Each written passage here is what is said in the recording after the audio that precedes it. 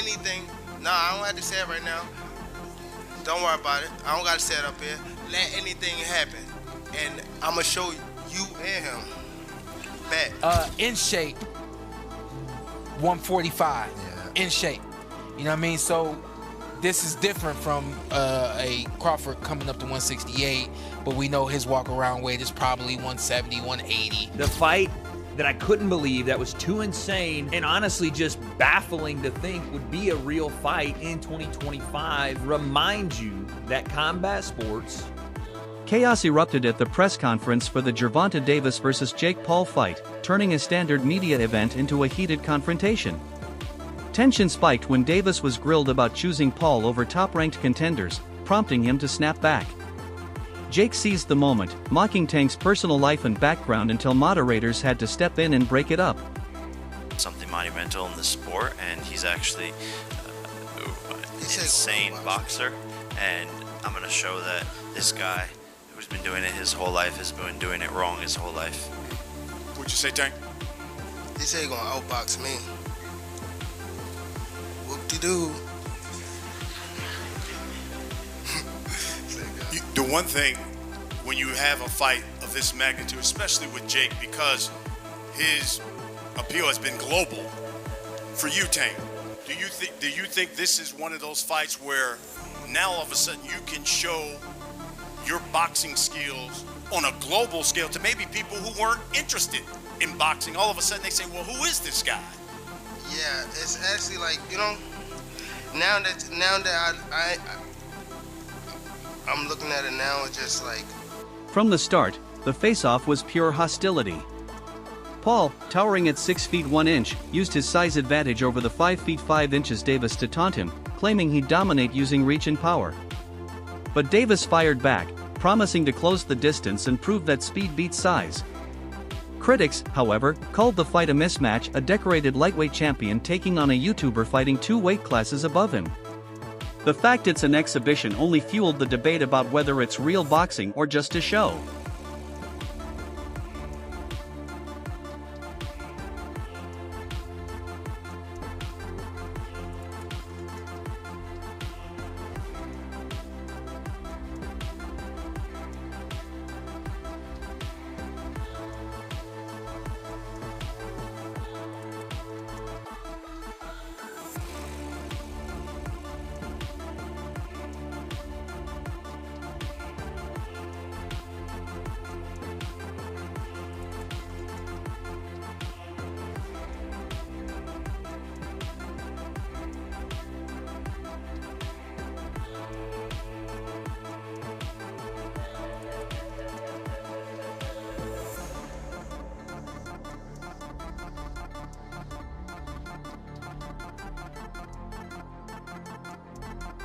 Jake Paul's love for chaos was on full display. Jokes, shoves, and legal digs turned the event into a spectacle. The press conference felt more like a reality show than a boxing presser, packed with noise, drama, and viral stunts but lacking any real fight substance. Jake Paul is to take on Tank Davis. Tank Davis, he was recently in the news for being arrested for a domestic violence incident involving one of his kids' mother. He was alleged to have slapped her about the place. The charges were later dropped, to be fair to him. But yeah, that was when he was last in the news. What is interesting is just a couple of months ago, Tank Davis was saying openly that he'd lost his passion for boxing and that he wanted time away from the sport.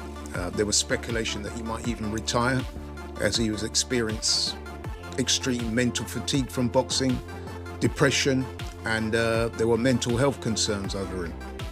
However, I guess the opportunity to earn a truck full of money, fighting a completely worthless exhibition fight against Jake Paul was enough to make him change his mind about boxing. Funny that, isn't it?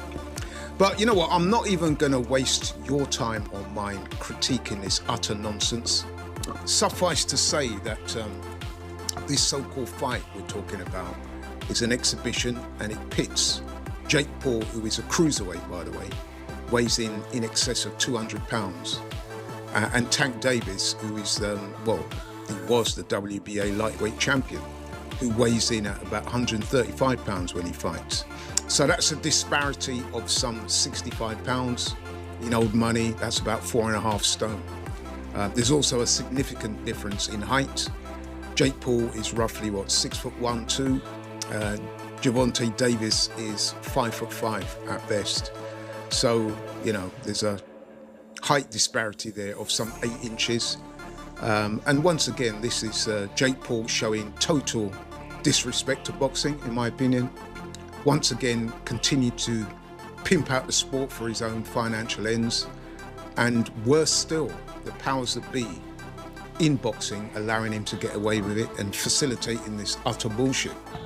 And meanwhile, what's even worse about this is that meanwhile, the WBA lightweight title that Tank Davis should be defending against Lamont Roach in a rematch. Keith Thurman highlighted the irony of Davis's critics. He noted that those constantly bashing Tank are the same ones who never miss his fights. Their outrage keeps his name hot, giving him even more publicity. Thurman summed it up: the more they hate, the higher he rises. Of ingraining himself in the sport of boxing, and kind of does both of them. So it's kind of a weird place to be, because he wants the respect of the boxing fans and the boxing hierarchy and hardcore boxing people, but at the same time he'll gain some of that and then lose some of it. It's like a seesaw of his fights. Like one fight, like, okay, that's a real fight, or that's a real fight. And he'll go and he'll win the fight. Julio Cesar Chavez, real fighter, maybe past his prime, whatever, but Jake goes and wins that fight pretty easily, and then gets a lot of respect, gets a lot of the boxing hardcore love. And you have these talks about him fighting Anthony Joshua, and that was going to get even more respect. More people were like, that's fucking crazy. What are you doing? Myself included. That seemed like a massive risk, but a lot of people were like, okay, fair play. Anthony Joshua, that's a real heavyweight. Jake wants to fight him. He's a psycho, but fair play. And then you announce this one, and it's like, well, that's the same thing people have been saying about Jake for years, so it's a weird spot to be in for him for sure. But I talked about this not being the first choice, and I don't think it was, because Coppinger reports next that talks for Jake Paul to face Anthony Joshua collapsed over network issues. Now, we had all heard the talks, and they were pretty public, from Eddie Hearn, from Jake, Nakisa Badarian, Jake Smith. Stephen A. Smith blasted the trend of mismatched exhibition fights, including Paul versus Tyson, calling them disappointing and unworthy. He insisted Jake Paul must fight real boxers, not faded stars. Still, he praised Paul's marketing genius while defending Davis's legacy after his close fight with Lamont Roach, calling Tank's immediate rematch offer proof of his championship mentality. You support it, then what you doing? You can't not support and support at the same time, right? So if you're a boxing purist, then this fight with Roach is really more for you. It's going to be more up your alley, If you just like all entertainment, all fights, all hypes, all everything, then you're gonna want to tune into the Tank and Paul show there, because that's all for entertainment. What's it? For entertainment purposes only, right? It should say like somewhere in the small print of the promotion. For entertainment, don't do this at home, kids. Fine. Disclaimer. Yeah, disclaimer. For entertainment purposes only, So, it's money-making purpose. Smith later ranked Davis among the top 3 boxers in the world, but criticized him for agreeing to fight Jake Paul. He said Tank's talent and achievements make the matchup beneath him, a move that risks damaging his credibility for an easy payday. Professional. At some point in time, I don't give a damn if it's a light heavyweight. Better be a Bivol, a super middleweight, Canelo, Mexican Monster, David Benavidez, somebody that actually has a reputation. The time has come for Jake Paul to step into the ring with a cat who actually boxes for a living and give us that fight. I appreciate the fact of him promoting. I appreciate him having the cachet as a former YouTuber turned boxer. I like Jake Paul. I respect Jake Paul. I'm just saying, because I like him and because I respect him, I want to see him in the ring. And I don't want to hear, I know his numbers are better, but then he's going to say, I don't need Canelo, Canelo needs me. Well, wait a minute. It ain't just about... Rolando Romero, however, sees it differently. He believes Paul versus Davis will dominate younger U.S. audiences, especially those under 20. While Canelo versus Crawford may be the purist's fight, Romero says the Netflix bout will bring massive mainstream attention to boxing, and that's a win for the sport overall. and props to him, came into the fight 18-0, 12 knockouts.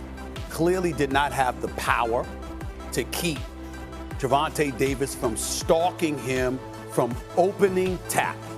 That's what he did. He stalked him and stalked him and stalked him, okay? Frank Martin caught him with some good shots. Gervonta Davis kept coming. So he can punch, he's a knockout artist. He can box, he's not given enough credit for it, okay? He closes, he finishes. Once he smells blood, he's like a shark in blood-infested waters, man. Shakur Stevenson didn't hold back, calling Davis's decision to face Paul disrespectful to boxing.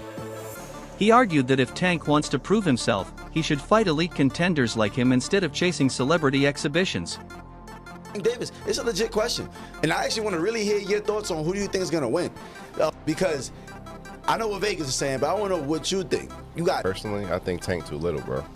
Yo, I think Tank too little. I'm so glad you have a brain on your fucking shoulder. I think Tank too little. I said, bro. I think Tank's too little. That's what I'm saying. That weight class is for a reason. Davis that weight class is for a reason. 5'5", 135 pounds. Jake Paul is 6 feet, 205 pounds. That's what I'm saying. Bro. He's too 6'1", little. 205. Everybody's like, yeah, bro, but Tank it only takes one good punch. Yes, it takes one good punch when you're about the same size. There's a 60, 70 pound difference in weight in these people. I don't think nobody puts the physics in mind. Jake Paul gets punched in the face by dudes 200 pounds with all their might on a weekly basis. A 135 pound puncher, bro. If y'all remember the Mayweather versus Conor McGregor fight, Conor walks around like 180 on the regular. He's like 5'9", 180. Mayweather's like 5'7", 145. That 30 pound difference, bro. If you remember that fight, Mayweather was putting mittens on Conor. Guess what happened to Conor? He didn't hit the ground once. No. He lasted all 12 rounds getting hit with flurries. I'm talking about Mayweather was having his time. He's being cocky with it, hitting him with all kind of combos. And we're watching the last 3 rounds of that shit like, yo, knock him out. And you know what? He could not knock him out. Because Conor gets punched by people that are 170, 180 pounds on a regular. And just that 20, 30 pound difference, it was like impossible for him to do anything. And that's exactly what I feel like. Former heavyweight Eddie Chambers warned Jake Paul that he's stepping into deep waters. He said Davis's combination of speed, power, and fight IQ is unlike anything Paul's faced. According to Chambers, unless Jake elevates his skill fast, he'll be brutally exposed once the bell rings. Disrespectful to the sport if he chooses that over fighting with me. I'm the best fighter in the sport. I've been telling him that. He called cap on it. So if he won't call cap and say I'm not who I... Many critics say the Paul versus Davis fight is more spectacle than sport, a money-driven event sacrificing boxing tradition for clicks and cash. To them, it's a flashy sideshow that undermines the discipline and respect that once defined the sweet science. There's some shine. It also has done for women's boxing a lot, so I'm not mad at him for what he's been in boxing, what he's created. This is a little crazy. This is a little crazy. And a lot of people will say, Tank is too small. Let me tell you something. Anybody that gets in the ring with Tank that is not a damn dinosaur is going to feel something from it. And it ain't going to be easy to hit it. Got boxing IQ. He may not sound like an intellectual guy when you really hear him talk, but he knows the ring inside and out. So there's nothing that Jake Paul can do aside from make it extremely ugly by grabbing him and probably trying to throw him to the ground. I don't know what else, bite him. I don't know, but I mean, the skill level alone. Now, of course, there is a size difference, a height difference, and all that, but he's just going to struggle so much landing a shot. You know, it's just going to look bad. To me, this is the way I see it. It's going to look bad. Tank is going to be too fast. And the punch, I believe, I'm not saying it's going to knock him out. Eddie Hearn echoed that sentiment, calling the matchup a blur between sport and entertainment. He warned that if such fights become the norm, boxing risks losing its identity. With a 65-pound weight gap, he labeled it ridiculous, though some defend Davis's decision as a smart financial move rather than a legacy one. Hey, Davis, who's been eating county jail spreads for the last month and a half, and he didn't look good in his last fight against Roach, where he had a draw, but most people felt like he got his ass tapped, so he needs the money. Then you got Jake Paul, who gets the beat on a nigga a whole foot shorter than him and 100 pounds lighter than him. And I think this is just nasty work. This screams money grab. And then you know what? The fans lose in the end on this one. Netflix wins, Jake Paul wins, and Tank wins. We lose. Oh, shouldn't he? No, he shouldn't. You don't think... Sorry, so I thought we were all unanimous here. Do you think that you think Jake Paul beats Gervonta Davis? 70 pounds is 70 pounds. Gervonta Davis is very small. 5'5". He's tiny, bro. That's what I'm saying. Jake Paul, He's a little 6'1". man. If Jake Paul's tucking up, move on, and absorbing punishment for walking forward. So, what do you think? Is this fight between Gervonta Davis and Jake Paul good for boxing, or a sign of its decline? Drop your thoughts below.